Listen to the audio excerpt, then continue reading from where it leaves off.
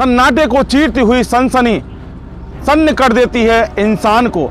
इसलिए चैन से सोना है तो जाग जाइए। श्री वर्धन त्रिवेदी साहब का ये तकिया कलाम अब गुजरे जमाने की बात सी लगने लगा है। लगे भी क्यों नहीं, वो भी तब जबकि इसी चैनल के 8 स्पेशल झिंगुर जंगल में एक तहकीकात के लिए निकल पड़े। झिंगुर इसलिए कहा जा रहा है क्योंकि जिस तरह से किसी जमाने में अपने लंगूर के साथ डमरू बजाकर लोगों की भीड़ इकट्ठा किया करता था, ठीक उसी तरह से इस तहकीकात के डायरेक्टर ने मदारी की तरह ही इन स्पेशल रिपोर्टर्स को झिंगुर की तरह से और तहकीकात के नाम पर जो तमाशा इन 8 स्पेशल झिंगुरों ने किया वो भी मदारी के उस डमरू बजाने जैसा ही था जिसे बजाकर लोगों की भीड़ इकट्ठा की जाती थी। हाँ, इतना जरूर है कि लोगों की इसी भीड़ ने अब टीआरपी की शक्ल अख्तियार कर ली है और इसी टीआरपी के लिए यह सारा तमाशा किया गया था जो ना हाथ लगी और ना पांव। क्योंकि करीब 3.5 करोड़ सब्सक्राइबर होने के बावजूद एबीपी यानी आनंद बाजार पत्रिका के इस तमाशे वाले वीडियो पर भी अभी तक भी पूरे 40,000 व्यूज भी पूरे नहीं हो पाए हैं, जबकि 3.5 करोड़ सब्सक्राइबर का आंकड़ा इनके पास है और व्यूज महज 40,000 से भी कम। साफ जाहिर है कि टीआरपी निमा लोगों की जिस भीड़ को इकट्ठा करने के लिए ये तहकीकात नुमा तमाशे का डमरू बजाया गया था वह लोगों को लुभाने में कामयाब नहीं हो पाया। कारण कुछ भी हो सकता है, या तो मदारी ने खेल सही से नहीं दिखाया, या लंगूर में उछल कूद ठीक से नहीं की, या फिर हो सकता है कि डमरू बजाने में भी कोई कमी रह गई होगी।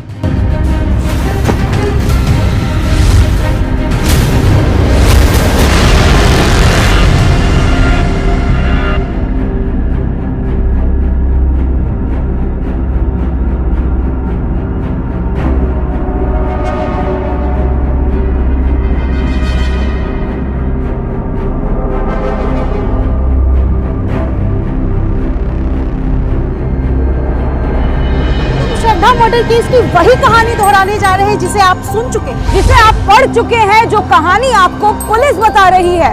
ये वो खौफनाक सवाल है जिसका जवाब सिर्फ एक शख्स जानता है और वो इस दिल दहला देने वाली घटना को अंजाम देने वाला दरिंदा आफताब। हर राज को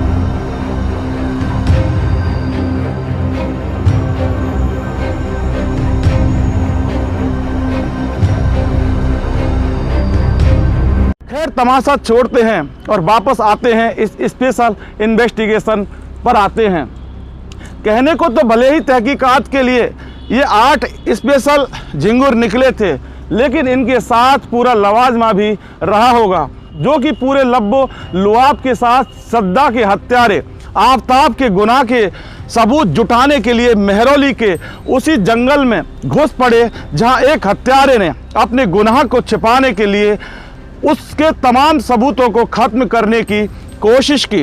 उन्हीं सबूतों की तलाश में ही तो यह स्पेशल इन्वेस्टिगेशन करने निकली थी। इस इन्वेस्टिगेशन में टीम कितनी कामयाब हो पाई या फिर नाकाम रही, ये तो वही बताएंगे जिन्होंने टीआरपी के लिए डमरू बजाते हुए क्राइम सीन पर कई चीज़ों, तथ्यों और संभावित सबूतों के साथ छेड़छाड़ कर डाली। कहने को तो भले ही इन्होंने कथित तौर पर हाथों में कंडोम नुमा दस्ताने पहने थे और तमाम प्रोटोकॉल की पालना की, लेकिन जिस जगह से एक अपराधी के अपराध को साबित करने के लिए जरूरी सबूत पुलिस को जुटाए जाने हैं, एक प्रकार से उसी क्राइम सीन वाली जगह पर किसी का घुस जाना और पैरेलल इन्वेस्टिगेशन के नाम पर वहां मौजूद चीज़ों, तथ्यों और संभावित सबूतों के साथ छेड़छाड़ किया जाना, तमाशे भर से भी कई ज़्यादा अपराध भी तो हो सकता है। वैसे इस तरह की किसी भी पैरेलल इन्वेस्टिगेशन को ना किसी भी तरह से कोई कानूनी मान्यता प्रदान की गई है और ना ही इसकी इजाज़त, तो फिर क्यों इन्हें इस तरह की कारगुजारी करने की इजाज़त दे दी गई? और जब जिस तरह से किसी क्राइम सीन को सील कर दिया जाता है, उसी तरह मेहरौली के इस जंगल में जाने वाले तमाम रास्तों को सील क्यों नहीं किया गया, यह भी एक अहम बात है। मेहरौली का एक घना जंगल आफताब और श्रद्धा के घर से महज 500 मीटर की दूरी में और करीबन 8 से 10 किलोमीटर के दायरे में फैला हुआ। सवाल ये है कि आफताब ने श्रद्धा की लाश को टुकड़े फेंकने के लिए इस जंगल का प्रयोग ही क्यों किया? क्योंकि यहाँ पर अगर आप देखें तो कपड़ों के टुकड़े मिलेंगे, आप देखें तो शराब की बोतलें, लाइटर यहाँ पे है। क्या ये बातें इस बात का सबूत है कि ये जगह केवल शराबियों का अड्डा बन गया था? क्या आफताब को ये जानकारी थी कि यहाँ पर उसके गुनाह का पर्दाफाश कभी नहीं हो पाएगा? यहाँ पर हमारा उद्देश्य किसी रिपोर्टर से, किसी एंकर या किसी चैनल की भावना को ठेस पहुँचाना नहीं है या ना ही उनकी भावना को आहत करना है। लेकिन सबसे बड़ा सवाल ये है, क्या दिल्ली पुलिस ने एबीपी न्यूज़ यानी कि आनंद बाजार पत्रिका को श्रद्धा मर्डर केस की जांच सौंपी थी? और अगर जांच सौंपी तो किस तरह से जांच सौंपी गई? क्या उसका कोई रिकॉर्ड दस्तावेज है? वैसे आनंद बाजार पत्रिका यानी एबीपी न्यूज़ को अगर स्पेशल इन्वेस्टिगेशन करनी थी तो फिर ऐसे किसी केस की करती जहां पर पुलिस सही तरीके से, सही दिशा में जांच करने में नाकाम साबित हो रही हो। वहीं से मीडिया की जांच शुरू होती है, क्योंकि ये तो कहते हैं कि जब पुलिस की जांच खत्म हो जाती है तब मीडिया की जांच चालू होती है। वैसे इन रिपोर्टर्स का जो हौसला था उसकी अफजाई भी हमें करनी होगी और हम इसकी दाद भी देते हैं कि 8 रिपोर्टर्स की टीम ड्रोन के साथ खौफनाक जंगल में, जहां जानवरी जानवर रहते हैं और खूंखार जानवर रहते हैं, ऐसे जंगल में मीडिया के रिपोर्टर्स के 8 पत्रकारों ने वहां पर जाकर जो इन्वेस्टिगेशन की, वो हम एक पत्रकार होने के नाते वाकई तारीफ़े काबिल बताते हैं।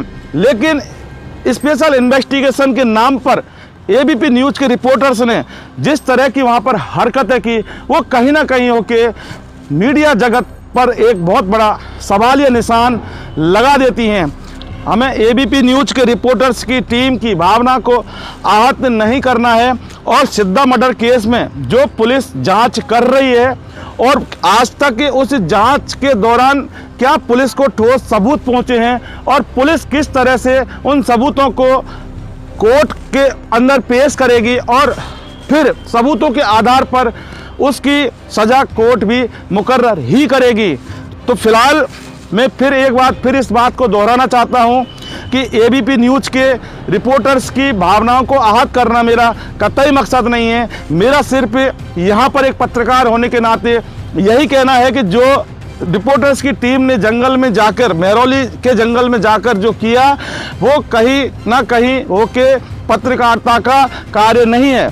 पत्रकारिता का काम सिर्फ वही है और पुलिस की जांच में कहां पर गलत पुलिस तरीके से जांच कर रही है तो उस प्रकार से उस जांच को मीडिया अपने तथ्यों के आधार पर पुलिस के सामने, प्रशासन के सामने रखे।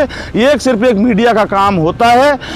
तो क्या एबीपी न्यूज़ के रिपोर्टर्स ने जिन तथ्यों और सबूतों को वहाँ से मौके से यानी कि बरामद किया या सबूत के तौर पर जिनको उन्होंने हाथ लगाया, क्या पुलिस उन्हीं तथ्यों और सबूतों को कोर्ट के अंदर पुख्ता तौर पर पेश कर पाएगी? ये आगे आने वाला वक्त बताएगा। लेकिन कहीं ना कहीं होके रिपोर्टर्स की टीम ने जो खेल किया अपनी टीआरपी के नाम पर, वो कहीं ना कहीं होके गलत जरूर है। और श्रद्धा के हत्यारे को क्या सज़ा दी जाएगी, क्या वो कोर्ट तय करेगी। लेकिन इन्वेस्टिगेशन के नाम पर जो एबीपी न्यूज़ ने किया वो वाकई एक तमाशे से कम नहीं है। फिलहाल के लिए इतना ही।